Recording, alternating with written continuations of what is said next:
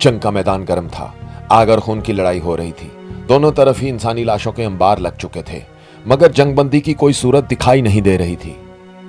ऐसे में किसी ने फकीर से पूछा, बाबा, कोई ऐसा तरीका जिससे ये जंग बंद हो जाए और इंसानी जानों को बचाकर देर पा अमन कायम हो सके?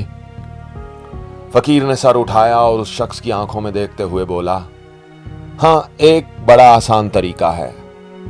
सिर्फ ये जंग तो क्या, दुनिया की हर जंग बंद हो सकती है अगर जंग की ये शर्त रख दी जाए कि हुक्मरानों, जर्नैलों, सियासतदानों और सरमायादारों के बच्चे सबसे आगे लड़ेंगे तो देर पा अमन कायम हो सकता है।